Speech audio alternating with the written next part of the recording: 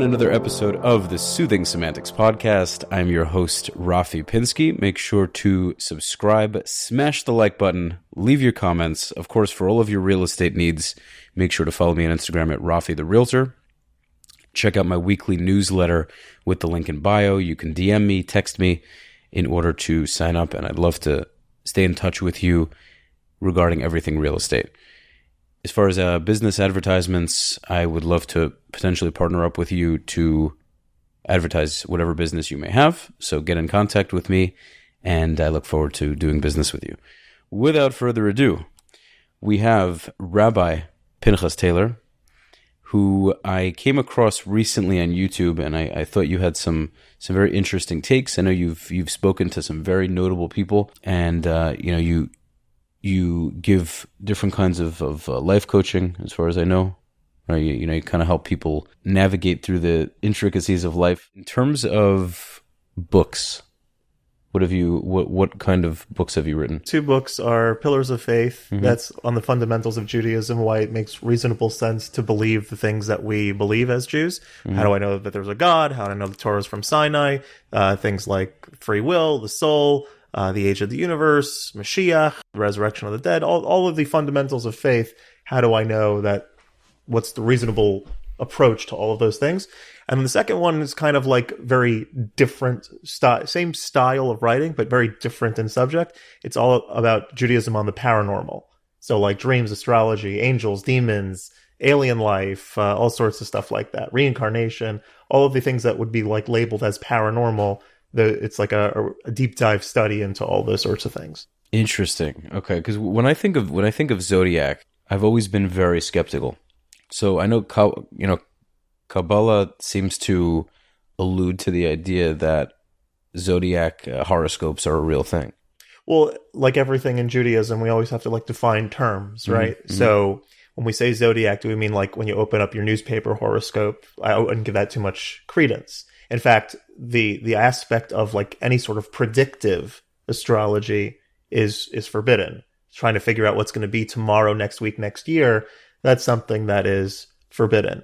The idea of perhaps getting to know your personality a little bit better based on the day you were born, the month you were born, the hour you were born, things like that, that is much more in sync with traditional Judaism. Wow. Okay. So all this time that I've been doubting zodiac signs, because it seems to be a very popular thing among women and much less of a thing among men. Yeah. In terms of how your everyday conversation goes. Religion aside, we're talking when people aren't bringing religion in the conversation. I noticed that women tend to be very big believers, especially compared to men in horoscopes. I'd imagine that plays out because oftentimes women are more interested in sort of the psychology of personality.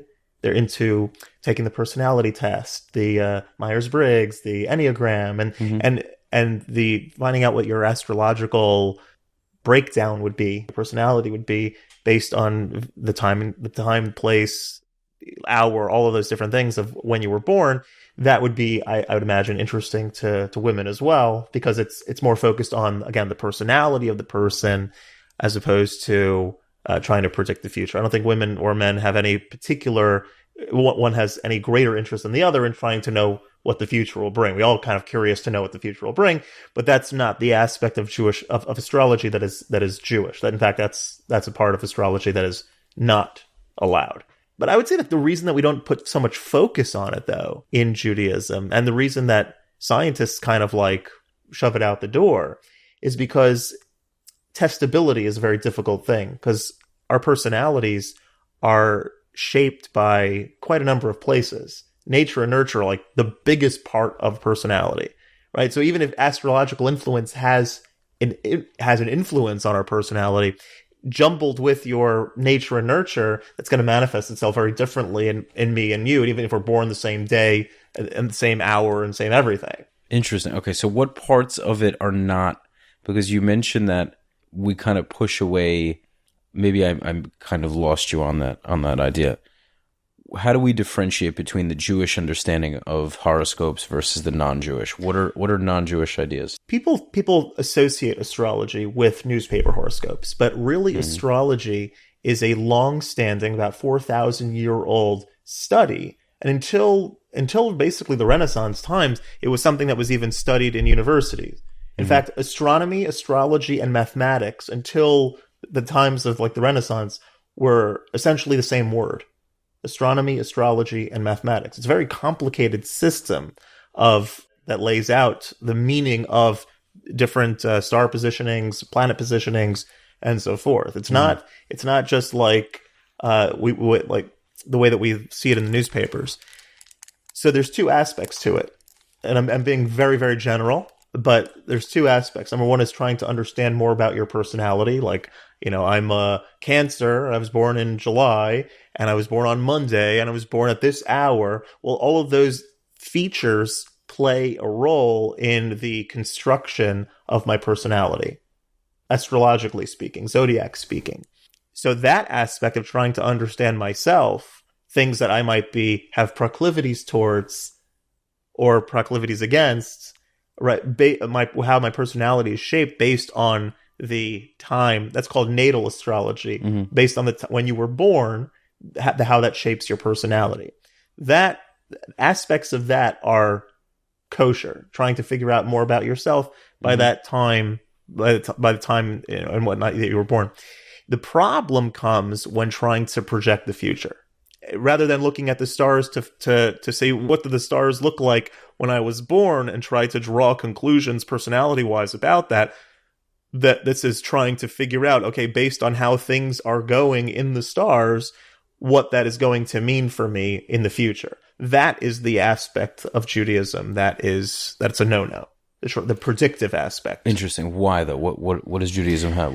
In general, all the ways of trying to predict the future, whether you're using tarot cards, crystal balls, all these psychic, all these things. Sorts of things, of any predictive measure to the future is forbidden, based on a verse in Leviticus. It says, "Tamim tihia im Hashem alekecha," which means you shall be pure.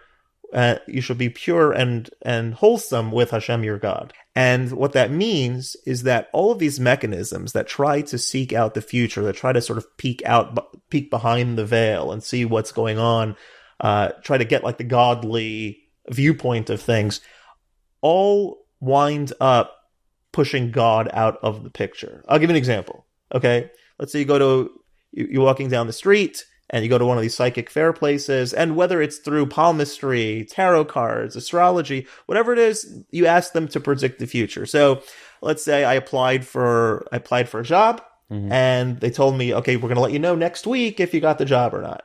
So I said, well, I can't wait till next week. I go to a local psychic, say, I got to know the answer. And so they say, well, if they say, no, you're not going to get the job, well, I'm not going to pray to God because I know that I'm not going to get the job. And if they tell me, yes, you are going to get the job, well, I'm not going to pray to God because I know that I'm going to get the job. Right. So God is sort of shoved from the picture. And that is one reason, one big reason why these sorts of things are not allowed, because our whole life is meant to be based on bringing God as much as possible into every aspect of our life. Not trying to peek behind the curtain, get the secret view, and eventually just push God out of the picture to begin with. You're saying, in other words, it kind of creates this attempt at a cheat code, so to speak? Correct. Okay. And then wouldn't someone say, I guess playing devil's advocate, though, what's wrong with having that knowledge? Why can't you have that knowledge and still have God in the picture, right? Because there are things we know. I mean, we know things. You have the ability to gain knowledge, so why is that necessarily such a big deal? How does having that knowledge remove God from the picture? Well, it's like the analogy with the job, right? So if I apply for the job, okay, the way that things are supposed to work is whatever I hope for in the future, I should pray to God that God help me to achieve that, or help me give the strength that I can do my best. And God should always be called upon. But if I go to the psychic and the psychic tells me, no, you're not going to get the job, then why even bother? Why bother praying? Because I know I'm not going to get it. And vice versa. If it tells me that I am going to get the job, then why bother? Because I know that I'm already going to get it. But do these people actually have the ability to do that? Well, that's another aspect. I don't even. The reason I was really asking this is because I'm very skeptical to begin with that these people are even legitimate. Right. That's the other aspect. Most of the people today that you can walk down Hallandale Beach Boulevard or whatever, yeah. you're going to see 50 different places. The odds are, I would venture to say that none of them are for real. Right. That's another aspect. But you believe there are ones that can actually predict. I believe that such a power, such an ability did exist. I don't think that the tradition, the know-how has lasted to this day. Don't forget, like in Judaism, all the knowledge that we have is systematically passed down, teacher to student, parent to child, in a very formulated, systematic sort of way. With these things, it's like, which guru did the psychic fair person go to? Or they who knows where they got their knowledge from? Who knows where that person got their knowledge from, and so forth. So the watered downness of these sorts of occultic activities are nowadays for sure. But you believe that at some point there was an element of maybe black magic where they're able to kind of... Well, I think there was a sort of magic, and we find evidence for that in the Torah itself, where Moses, for example, goes to Pharaoh, and God tells him, throw down your staff, and he turns to a snake, and then what does Pharaoh do? What's the first thing he does? Calls over his magicians and said, do the exact same thing. Right. And we find that with the plague of blood and the plague of frogs, right, only until they get to lice that the magicians can't duplicate that. And so, clearly... I mean, the Rambam takes a different approach to that, but from even just reading the text itself, there seems to be some sort of magic and abilities that were accessible back in the day. You have the witch that conjures up the ghost of Shaul. Like these are sorts of instances in the Torah itself, in the Tanakh itself, that where you find these sorts of magical practices. Interesting.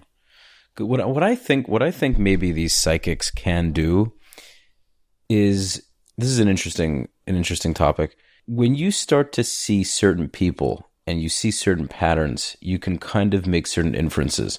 So I think these psychics, they come in contact with so many people throughout the years, they can just look at a person and get a pretty good read based on their hair color, their hairstyle, their size, the way they speak, their mannerisms, their confidence level, the things that come out of their mouth, the clothing they're wearing. So it takes them a couple of seconds. They make that instant judgment. And as the meeting progresses, they start to pull more information and they can say, well, and I think that's just a very strong ability to read people. I think that's largely where it stems from. I think rabbis have obviously they have Torah involved. But I think these are people that are highly intuitive. I think that's probably what it is more than anything. Yeah, and that could very well be. And intuition is not something bad or something that's wrong to use. The issue is when you try to use specific sorts of occultic means of accessing specific information. I think it's just BS is what it is. Well, that's all fair and good. The Rambam would agree with you in most of these things. With that's the reason that it's forbidden, is just because most of the time it's nonsense. Most of the time, what I'm saying is I'm playing even devil's advocate and saying even if it were true, it would be forbidden. So the Zodiac thing is always interesting because I've been so skeptical about it always. So for example, I'm an Aquarius. Does that align in Judaism, or do we go by a whole different kind of? I'm a January 22nd is my non-Jewish birthday. My Hebrew birthday is Yud Aleph Shvat. What do you know? How well versed are you on that sort of thing? I was born, I think, on Saturday night. Yeah, I think it was Saturday night at about 9 p.m. You are correct that in Judaism, this certainly does not play a very central role. Mm-hmm. And your skepticism, I think, is a good skepticism because, again, most of the time where you would be reading about this in our culture is mostly not from Jewish sources and not from the inherited tradition. But even our tradition in these areas has not. It's not like you go to yeshiva and like there's there's a class that is in astrology. Mm-hmm. These are things that are Gemaras and Midrashim and different sources in throughout Jewish literature, but it's not something that was methodically handed down. So even our understanding of exactly what it means is also kind of fuzzy. Gotcha. So I think your skepticism is a good skepticism. And I would share your skepticism in many things. I think it's more of like an interesting thing to sort of learn about and keep in mind, in the same way that you might be interested in learning about your Enneagram or your Myers-Briggs, where your personality falls. And that it's not for anything else, but maybe understanding aspects of yourself a little bit better. Because I really love to learn more about myself, self-improve. I really have, I think I have an obsession for that. It's a good obsession. Yeah, no, I really like to just, in whichever way I can. The thing that always gets me about zodiac signs, the reason why I've always been opposed to them, is because I feel like it is a way for a lot of people to remain stagnant. To say, well, I was born in this time, so I'm just a lazy person. Right.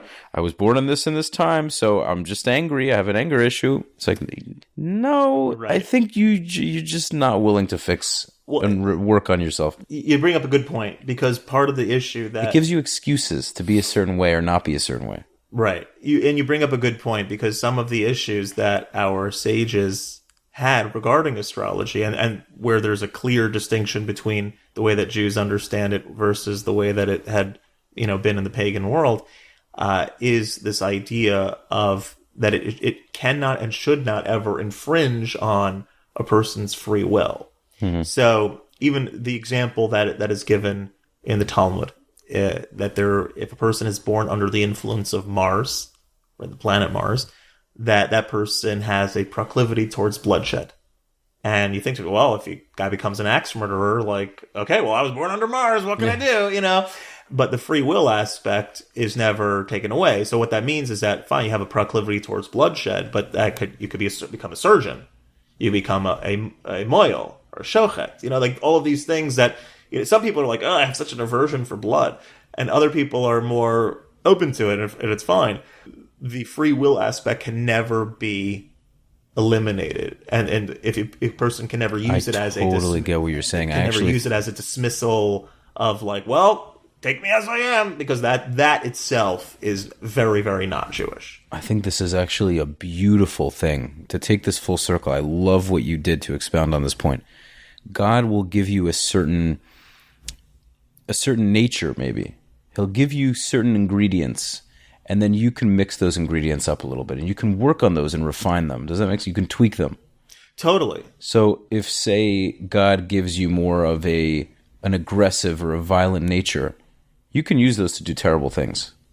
If God gives you, quite frankly, stronger hormones, right? Because some men have higher hormone levels, some men have lower hormone levels. Those higher hormone levels can make you very hardworking. They can make you very motivated to go after what you want. They also have downsides. They have downsides that can make you a dangerous person in different ways. And you have to be able to say, okay, well, I have these gifts. I have these gifts to go out and conquer the world, so to speak. But I also have to be cognizant of what that means and how that can be a negative thing. Yes. So I think that having those, I guess, natural, I don't know if I'd call it instinctive, but having certain qualities due to, I guess, when you're born or what have you, you can then say, okay, I'm going to use that, I'm going to channel that certain, I guess, character trait to accomplish A, B, and C, not at the expense of D, E, and F. Every quality, trait, characteristic that we have is really, at the end of the day, a double-edged sword. Mm-hmm. Right? It can be used for good. It can be used for the opposite. And the idea is to sort of take even the good qualities that we have can have a negative element to it. It can have like a part where it becomes inherently a challenge for you. Some people who, let's say, are more like academic or like bookish type of people, okay, so they may struggle socially because of that. So true. Yeah. Right? So like it's okay, is it good to be an intelligent person and have like sort of an academic sort of mind? Well, yeah, but like you might struggle in that area because of that. Like everything, there's no like, wow, that person has the perfect personality. You can work on areas that you find to be more struggle, whatever. I think you can really refine it. I think there's that balance that's so beautiful. But I if I had to choose, I'd rather have more street smarts than book smarts, personally, because I think the social aspect, navigating through the world, it's so important to at least have somewhat of a good social. What would be the opposite of socially inept? Socially aware. I'm looking for maybe a better word than aware, but socially in tune, so to speak. Right. Yeah. Having that fluid ability to socialize and get along with people is so fundamentally important that if I had to sacrifice a little bit in the scholastics department, I'll take that. I think both of them are so important, though. If you have both, it's great. But yeah, there's definitely the people that have the book smarts and have little to no. I wouldn't necessarily even say street smarts, but they have a very hard time socializing with people. It's so challenging. They miss out on so many potential opportunities. Totally, yeah. Well, then it doesn't have to be either or, and sometimes it's not like it's usually somewhere in the middle. It's usually not like an extreme. And there are some people that are tremendously book smart and also tremendously street smart. Can get along with anybody and talk to anybody about anything. It's not an either or, but I'm just saying that different parts of a person's personality, even though inherently that quality that you have is good, it can come with, along with it, can be packaged with a challenge in another aspect of your life. You know why I like this? Because your name is a great example. You have a super Yiddish first name and a super Goyish last name. It even has a ch in it. It's my book smarts and my street smarts. You're saying good. You're saying good. Rabbi Pinchas Taylor. Taylor, right. When did they change it? What was the original name? So a grandfather of mine changed it. You know how these things work. Ellis Island. Yeah. I'm a Taylor. You know. Yeah. So what was the... It was Tepperberg, which is super Jewish. That's before my family was street smart. See, I knew right away. There was no way it was Taylor back in the shtetls. Like, Right. There's no chance. Taylor. Right. Yeah, there's no chance. Right. So no relation to Taylor Swift. There he goes.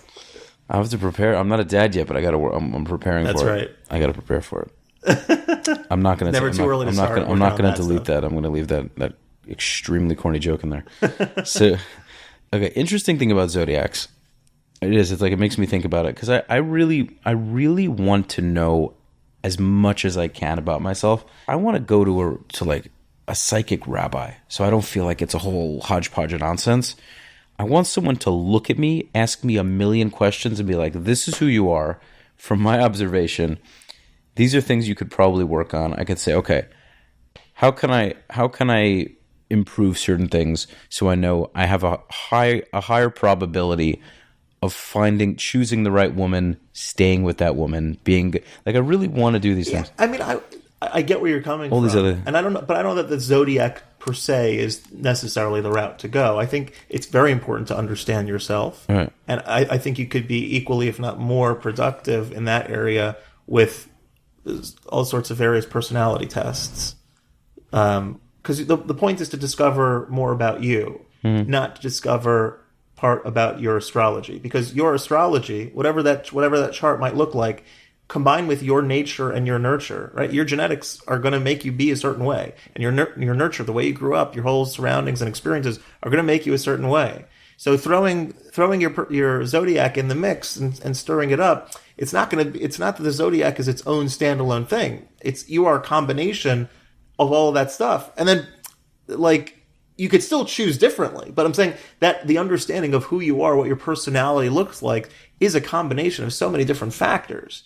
So I think the more productive thing is maybe to get more familiar with what your collective personality is. I've done Myers-Briggs. I don't remember what the result was. Yeah, do a bunch of different ones, like just to get some understanding of areas that are stronger for you, areas that maybe are more of a challenge for you, and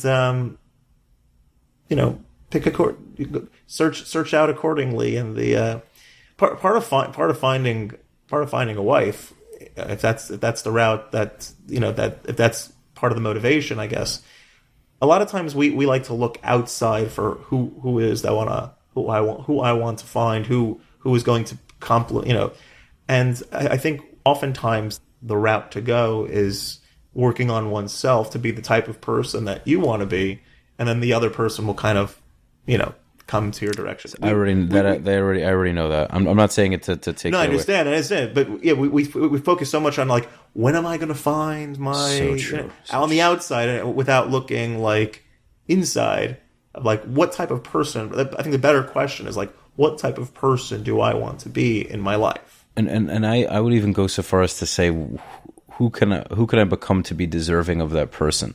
Not to say that I'm not good enough, but if I want a certain kind of person, do I align with that person?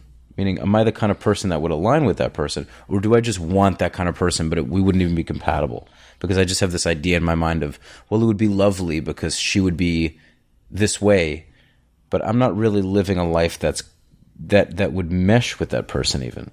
Or maybe that person wouldn't even. So, yeah, I think that's... Well, right, but rather than trying to curtail yourself to that person, like, I found this person that I'm really attracted to in various ways, and I need to now see if I'm worthy of her, and can I fit fit myself into her personality, rather to figure out who I am and who I would like to be, and then find somebody that complements that goes along with that. Right. I really like how you break this all down, because what I understand from what you took from what I said, like how you really took it home, was you said, don't try to change, I guess, too much. Don't lose yourself in the process of finding someone. Like, really focus on being the person you feel you should be. Work on yourself, and then that'll kind of follow naturally as a result. Well, you'll find that person, as opposed to trying to, you meet somebody and now you're like, okay, no, I have to really change to be worthy of them. You kind of lose yourself. Exactly. Like, you be you and aspire to be who you would like to be, and pursue your life in that direction, and then the right person will gravitate your way. Right. And it also maybe makes the decision process a little bit easier, whether this person's for you or not. That's another thing, by the way, that's important to ask. I think one thing that people make a mistake in certain relationships, especially when it comes to finding a spouse and whatnot, they ask the question, do I have feelings for this person, rather than asking, I think, the more important question of, do I have a future with this person? I've seen a lot of relationships stuck and struggling because they are not comfortable with each other. They recognize certain major compatibility differences. They don't share the same goals. I mean, there's a lot of like stuff, but they love each other. Mm-hmm. Right? And they're dating for a long time and all those. So the question to ask is not, do you have feelings for each other? Do you love each other? Because again, that's good, and that's a fine question to ask, but it has to be at least be coupled with the more important question of, do I have a future with this person? And that is the more relevant question in the discussion, because a person can say, well, I really do have feelings for this person. We've been together. We've had so many life experiences and done so much together all the time but to commit to marriage, the question has got to be, do I have a future with this person? Do the values align? You can love them, but like, if they have fundamentally different goals, ideas, right? I mean, like these are like big. Do our values align? Do our goals go hit in the right direction? Are we like aiming for two completely different sorts of things? Doesn't matter how much you love them or how much life experience you. And there's nothing wrong with saying, you're a great person, I'm a great person. We're just not. I don't think we're for each other because of these particular reasons. Not that this has to be a conversation that you have with them, but something to like think of on the back burner. Like, the question is not so much, do I love the other person? Do I have a future with the other person? Do we share that? Is our direction that we're headed, and the values that we harness to get there, do those align? I think that's awesome. Rabbi, I would have loved to continue. Hopefully we can do this again in the future. Yes. Ladies and gents, thank you so much for watching the, 198th episode of the Soothing Semantics podcast. Subscribe, smash the like button, leave your comments. Follow me, Rafi the Realtor, on Instagram, of course, on YouTube and everywhere podcasts are uploaded. Your books can be found on Amazon? Yes. Okay. I really do apologize. Throw it into the camera, the names of the two books, and anything else you want to advertise quickly, sure. Anything of the sort, your coaching, anything. You can if you'd like to find out anything else, you can go to pinchastaylor.com, Pinchas Taylor TAYLOR.com. There's YouTube channel, social media, books. Just search that name on Amazon, whatnot. You can find anything that any sorts of works that I've been involved with.